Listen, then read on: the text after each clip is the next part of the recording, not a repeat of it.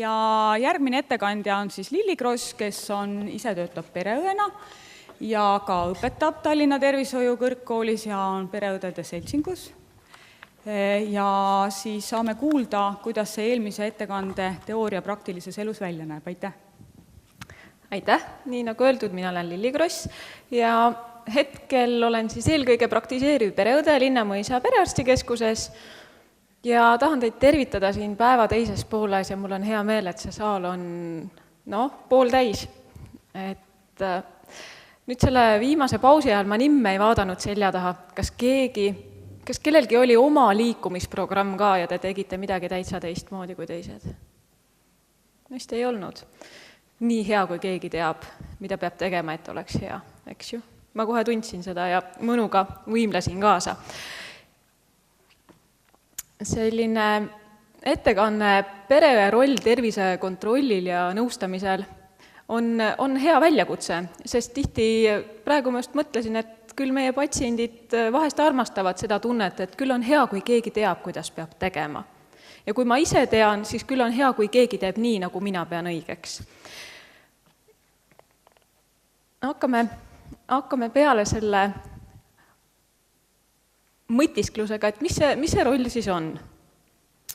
Selleks, et midagi saaks hästi teha, selleks, et oma rolli saaks hästi täita, peab olema hästi toimiv meeskond.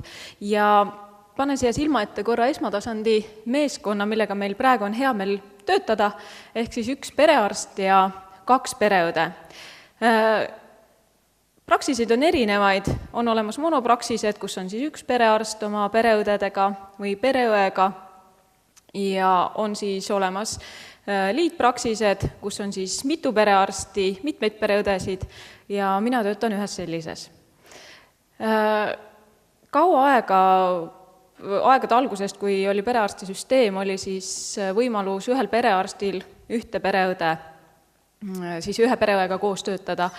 Hetkel on see siis muutunud ja võimalus on 2 pereõele ja kolmapäeval siis vesteldes auditi tulemuste üle sellises ühes vahvas ümarlauas sai kõigile selgeks, et see on äärmiselt tänuväärne, sest see roll, mida ma iga päev oma töös tahaks täita, see mida mul oleks võimalus anda, realiseerub palju paremini siis, kui mul on ressurssi rohkem.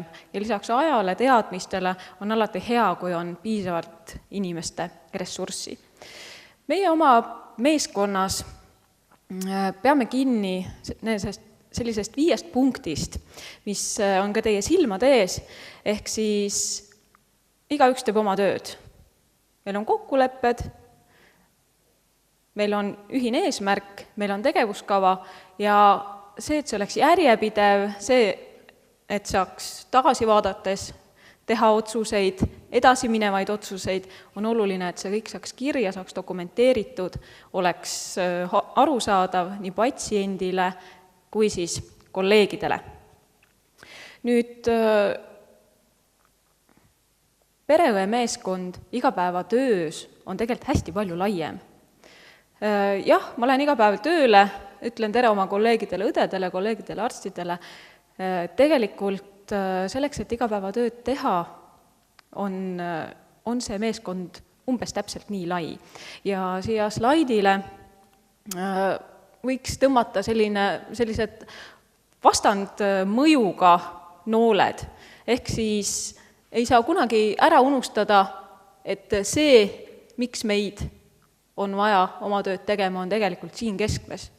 Me kindlasti peame rõõmu tundma sellest, et me oleme siin, me saame tööd teha, meil on eriarstiabi, meil on kõik muud kolleegid, meil on kõik võimalikud toetavad instantsid, aga see, mille pärast me seda teeme, mille pärast me nõustame, tänane päev on siis kontsentreeritud liikumisharrastusele, mina küll lähen nüüd natukene üldisemale, aga seda siin keskmes ei saa meie vähemalt oma töös kuskile poole ära unustada.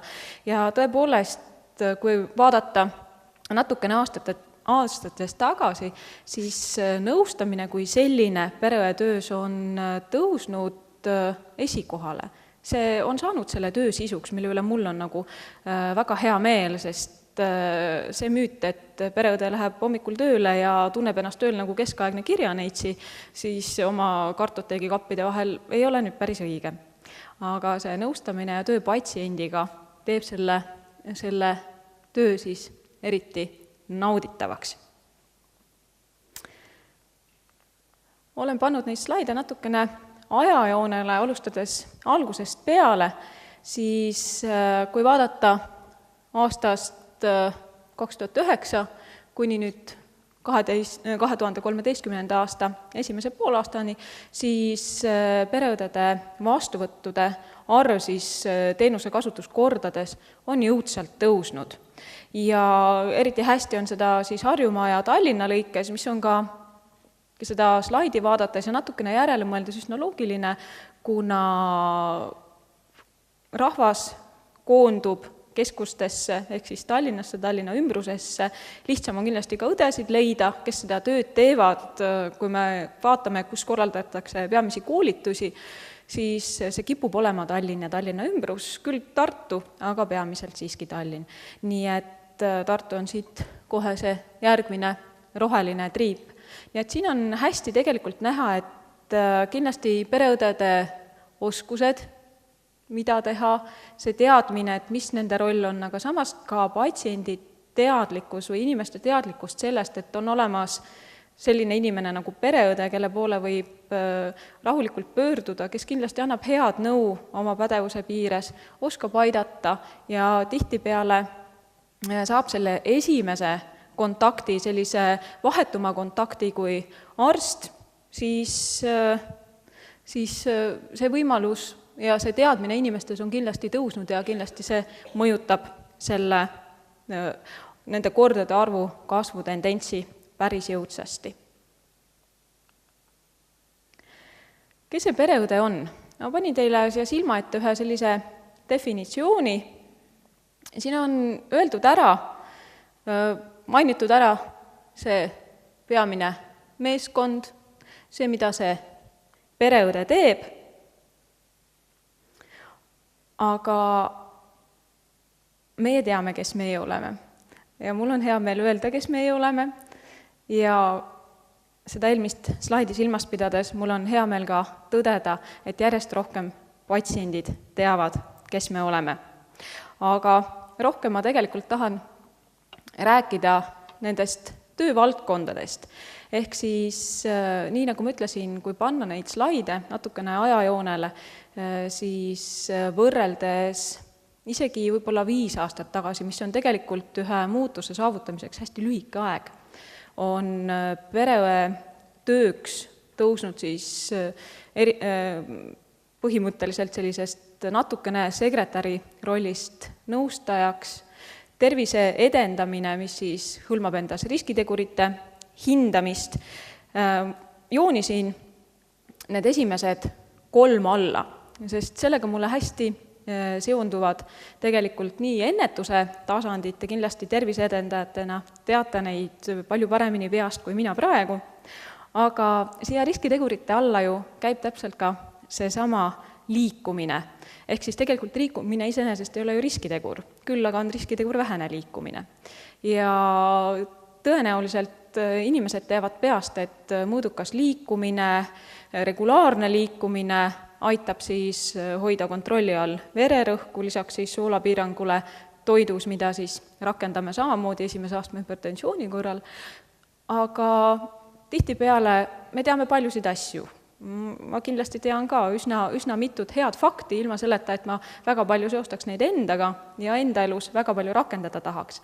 Ehk siis see on see valdkond, mida me tegelikult iga päev ja oma töös saame ka siis oma patsientideni viia. Ja see teine punkt, see teine punkt mulle eriti meeldib, mis rõhutab sellist individuaalsust, ehk siis individuaalne tervisekasvatus, meditsiiniline nõustamine, mis tegelikult rõhutab seda rolli, et mul on võimalus luua patsiendiga isiklik suhe. Sõnapaar pereõde tekitab küsimust, et kas siis me peame kindlasti perekonnana käima. Aga just see individuaalne lähenemine inimesena, minul on pereõe praktikat laias laastus 9 aastat ja eelmine aasta mul oli hea meel tõdeda, et siis, kui ma tööle hakkasin, esimene lapsuke, kes sellesse nimistusse sündis, mille juures ma töötan, läks kooli ja see oli väga hea tunne. Nii et siin on nagu võimalus sekkuda tegelikult inimese tervisekäitumisse ja kindlasti seda mõjutada heas mõttes. Tegelikult alates sünnist ja tegelikult me ju tegeleme oma patsientidega kogu elukaare jooksul.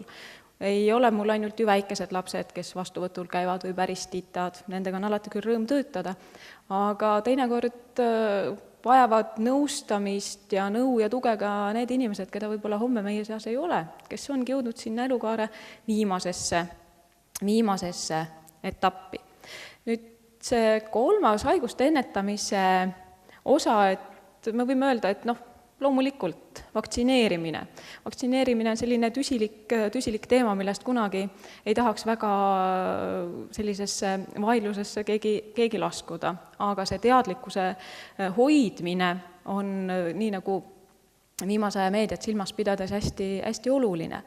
Ehk siis need esimesed 3 punkti on nagu eriti südamelähedased, sest siit võib lugeda välja tegelikult pereõdede ühe võib-olla töö kõige parema osa, ehk siis otsida tervist, aidata inimestel ennetada haigusi ja ka säilitada tervist, sest vahest võib olla nii, et on võimalik ära hoida mitmeidki tüsistusi, kui inimene teab, kui tal on piisavalt teadmisi, ta oskab neid endaga seostada, ta oskab neid rakendada. Ehk siis kui kunagi kolleeg Diana Ingerainen ütles väga armsasti, et kui pereõde otsib inimestest tervist, arst, las ta siis otsib haigust. Et see esimene osa mulle väga meeldib.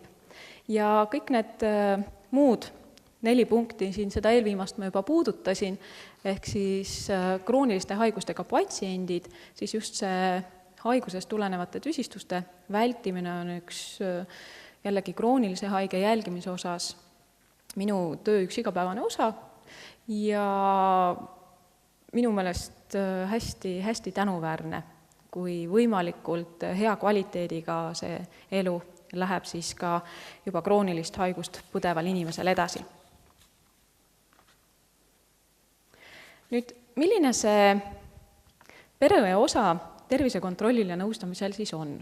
Vaikselt olen ma siia sisse juba nagu tulnud. Mul on hea meel, et hommikul ka härra Tanel Ross mainis pereõdede osa siis, ja pereõdede võimalust nõustada, ehk siis seda oli selline hea kuulda. Igapäevaselt, nii nagu ma ütlesin, patsiendid on hästi erinevad, tullakse ju väga erinevate ootustega, väga erinevate muredega ja kõik see, mis on siia slaidile toodud, on see, millega ma iga päev tegelen. Ja vahest tulevad inimesed, nad juba teavad, mida nad tahavad, nad juba teavad, mis on see eesmärk, mõned tulevad nõu küsima, mõned tulevad täitsa nõutuna. Mõnikord olen mina ka nõutu. Aga tegelikult igapäevaselt need punktid ei lähe nõndaviisi, vaid tegelikult kõikides nendes tegevustes ma kohtun inimestega ja toimub tegelikult nõustamistegevus. Nüüd tegelikult kõige toredam punkt on tegelikult see viimane punkt. Mul oli vestlus eile ühe oma tuttavaga, kes ütles, et mis mõttes sa teed tervisekontrolli inimesel, kes autojuhiluba teeb. Mina saan paberi ja kõik on hästi. Aga tegelikult see sama tervisekontroll, kui keegi tahab mingit tõendit, mingit dokumenti selle kohta, et ta võib midagi teha, on see võib-olla pereõe seisukohast see kõige parem sõel üldse. Ehk siis väga palju väga varases staadiumis kroonilisi haigusi tulevad välja just siis, kui sa täitsa inimesele, kes tunneb, et ta on täitsa terve, tal ei olegi midagi kaevata, tal on lihtsalt vajadus ühe paberi järgi, tuleb su vastuvõtule. See on selles mõttes hea sõel, et kui inimesel väga palju muret ei ole, ta on suhteliselt muretu, siis tema nii psüühiline pool kui siis hetke meeleolu on väga head. Ja kui sa tal nüüd saad sellises, natukene närvi on sees, aga tihtipeale sõelub just siit välja sellist kõrgemat veresuhkrut, kõrgemat vererõhku ja samas ka näiteks silmadega seotud probleeme, millest tegelikult inimene ise väga teadlik ei ole, sest kõrgenenud vererõhk, nagu me teame, ei tee haiget. Kui ta on väga kõrge, siis inimene võib kaevata peavalu, silmadega minnakse kiiremini silmaarsti juurde, mõõdukalt kõrgenenud veresuhkur ka kellelegi haiget ei tee. Kui ta on väga palju kõrgem, siis tulevad sealt juba omad seisundid välja. Aga see on see koht, kus tegelikult, mida mina tunnen, mida mina enda töös, lisaks sellele, et ma kindlasti hea meelega nõustan toitumise, töö ja elukorralduse osas ja hea meelega aitan inimesi, aga see viimane on see, kust tihtipeale tõde kipub selguma. Nüüd tegelikult selline, ma mõtlesin aastates, et kas ma ütlen välja kuskil, kui ma hakkan tagasi mõtlema, siis umbes 8 aastat, midagi sellist tagasi. Eesti tervishoius mul on hea meel just nii siis eriarstiabis, haiglates kui ka tegelikult perearstisüsteemis on liigutud patsiendi kesksuse suunas. Ehk siis nii nagu ühelt esimeselt slaidilt sai välja toodud, et tegelikult see, miks me oma tööd teeme, ma arvan, et mitte pereõed ja perearstid ega arstid, vaid ka kõik teised, kes on siis kas sotsiaaltöö valdkonnas, kus iganes, meie keskmes on perekond, meie keskmes on siis meil patsient. Ja tõin välja, et mida see patsiendi kesksus siis tähendab. Patsiendi kesksusel ei ole definitsiooni, küll aga saab tuua välja erinevad iseloomustavad tunnused, et mis siis iseloomustab ühte patsiendi keskset lähenemist. Kui te nüüd neid punkte vaatate, siis mõelge, et kas vahest on teile osaks saanud sellist käitumist ja mul on hea meel, kui te saate rahulikult endamisi noogutada. Ma loodan, et neid inimesi on rohkem kui neid, kes kas siis kehitavad õlgu või raputavad pead. Aga see on siis koostöö, kus sellesse töösse on kaasatud patsient ja ka patsiendi lähedased, sest pereõena tihtipeale ei ole ju ainult üks inimene. Kui tuleb vastuvõtule laps, siis on tihti kaasas ema, harvem ema ja isa ja viimasel ajal ka sageli näiteks vanavanemad, kellega teinekord müütide murdmiseks tuleb teha rohkem tööd, kui võib-olla selle lapse jaoks aega jääks. Nii et kõikide nende inimeste ja selle tugirühma kaasamine ja see lähedane inimene on tegelikult see, keda siis patsient ütleb, tema lähedane on. Et see ei ole limiteeritud perekonnaga, et kindlasti sõna omaksed ei ole siin kohane sõna, et püüdke seda sõna ainsuses öelda. Et las jääb lähedane. Ja otsustesse võib-olla see 3. punkt on selles töös, kui nüüd patsiendile anda nõu, kui ta küsib midagi, kui oma tööd teha, on selline suhteliselt raske, ehk siis olla võrdväärsed ja väga oluline on patsiendi arvamus. Aga veel olulisem on see, et iga kord see alguses ei lähe üldse kokku sellega, mis on minu või kellegi teise kolleegi arvamus.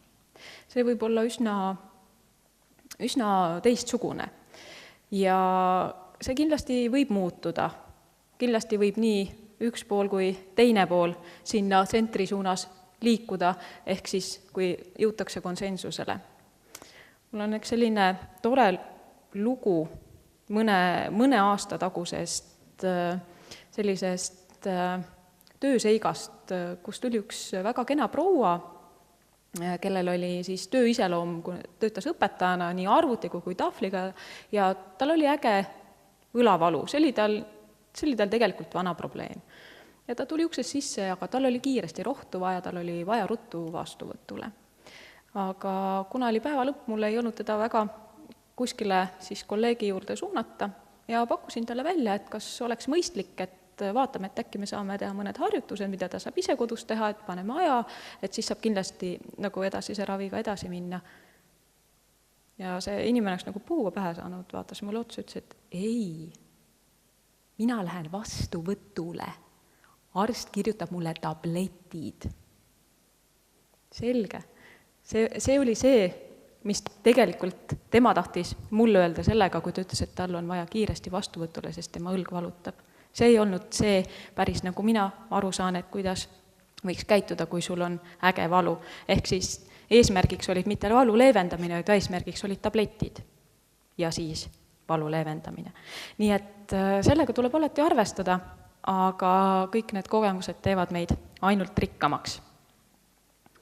Nüüd, kui me liigume patsiendi kesksuse suunas, siis selles nõustamistöös, mida me igapäevaselt patsientidega teeme, vähemalt pereõenduses, terviseõenduses, liigume me tegelikult hoopiski selle suunas. Ja see on motiveeriv intervjueerimine. Ja kui nüüd rääkida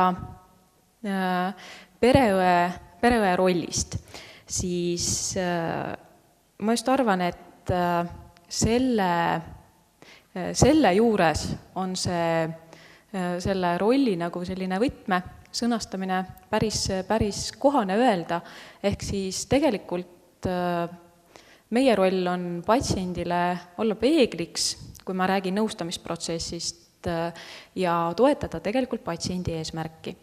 Et tõin välja 4 põhimõtet ja see esimene põhimõte ehk siis panna vastu õigustamise refleksile, et lühidalt öeldes kõigile ju meile meeldib kuulata tegelikult seda, mida me tahame kuulata ja igat asja saab sõnastada nii, et seda on meeldiv kuulata, et see kõlabki tõena ja et see tegelikult ju nii ongi.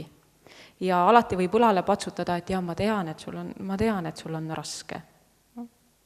Et alati võib kaasa patsutada ja kaasa kurta. Nüüd, mis see motiveeriv intervjueerimine on? Ta on tegelikult selline kliiniline meetod ja esimest korda seda mainitud juba seal 1983 lugesin mina välja. Aga mis ta iseenesest oma sisult on, siis ta ongi selline, ta on kliiniline stiil, mille abil siis saab patsiendis esile tuua siis tema enda motivatsiooni, tema enda tervisekäitumise muutmiseks. Ja me oleme seda oma praksises praktiseerinud. See on kindlasti see, mis vajab praktiseerimist, et kui selle kohta lugeda, ta kõlab väga-väga ilusti. Aga siin on minu jaoks olnud viimased 3 aastat see võtmekoht, kuhu mina olen tahtnud jõuda siis oma töös ja tegelikult ka pereõenduses. Et kui inimene tuleb minu vastuvõtule ja tal on siis teema, millest ta nagu tahaks rääkida, siis hea on nüüd, kui me seda ringi vaadates, ma tean seda, et väga paljud on kuulnud motiveerivast intervjueerimisest, vähesed on seda praktiseerinud või sinna sisusse läinud, aga kui me nüüd näeme, kus kohas see patsient siin selles rattas on, siis me saame teda toetada. Kui ta kaalutleb, siis peegeldades neid nii häid kui halbu või nii positiivseid kui negatiivseid pooli on siis võimalik see patsient, kui ta endale selle eesmärgi seab, siis haarata sinna muutuste rattasse, ehk siis ta ise tegelikult seab endale selle eesmärgi ja liigub ise selles suunas. Ta vajab kindlasti toetamist, julgustamist, on täiesti ju loogiline, et vahest võib toimuda ka tagasilangus ja see on täiesti aktsepteeritav, sest inimesed, see on loomuvastane, et inimene teeb midagi sellist, mis teised ütlevad, et on hea.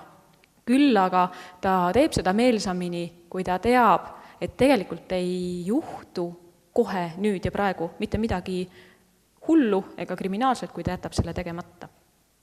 Nii et kui ta tunneb seda, et ta saab ise endale eesmärgi seada, ta saab seda ise teha, siis ma usun, et tema see eesmärk, mida ta endale ise sättinud on, saab ka paremini täidetud. Ja mõttekohtadeks sellest ettekandest tooksin 2 varianti välja ja 2 mõtet, mis mulle endale on nagu pikemat aega mõlkunud, ehk siis patsiendi eesmärk ja patsiendi motivatsioon versus siis meetmete paljusus. Sest kui me mõtleme, kui palju on patsiendil võimalusi alates kõikvõimalikest tervise-spordiklubidest, nõustamistest, internet, mis on lai ja suur, siis mida tema jaoks rakendatakse versus see, mida ta ise tahab, ja ka seesama tervisekasvatuse algus. Et kuna meid on hästi palju erinevalt aladelt siis neid esindajaid, ma saan aru, et tervise edendajate ülekaal siin saalis on märkimisväärne, siis see on kindlasti see tööpõld, mis suuresti meil siis teiega kattub. Ja ma tänan teid tähelepanu eest, tänan kuulamast, tänan, et te olete terve päeva kannatanud ja minu lemmiktegelased siin ees, et kui see patsient vahest tunneb ennast nagu see meesterahvas siin kõikide muude sõprade selja taga, siis oleks ju päris tore. Aitäh teile! Suur aitäh! Kui on väga kiireks küsimuseks aega, kas on? Kui mitte, siis suur aitäh! Ja võin veel ka seda juurde öelda, et aasta algusest olnud esmatasandi kampaania, mida ma loodan, et te olete märganud nii teleris kui siis ka televisioonis, tänavatel, mis oli siis tehtud Haigekassa ja Perearstide Seltsi koostööna, tegelikult just tähtsustas ka pereõe rolli ja julgustas inimesi siis pereõe poole pöörduma. Ja viimane ettekanne